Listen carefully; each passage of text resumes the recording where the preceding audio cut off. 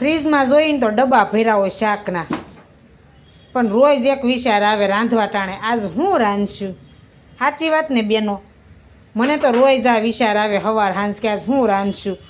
ગાજર સરસ મજાના છે, જો રીંગણું પડ્યું છે, દેશમાંથી આવેલી દૂધી પડી છે, કેવી સરસ આ જો. આને શું કહેવાય કમેન્ટ કરજો મને. એ આખી કોથળી દેહમાંથી ભરાઈને આવીશ, પણ એક વિચાર મનમાંથી જાતો નથી કે આજ હું રાંધું.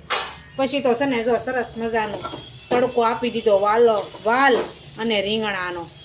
હાલો બધા અમારા ઘરે આજ ખાવા, બહુ મજા આવે છે. ગામડાના વાલ અને ગામડાના રીંગણા.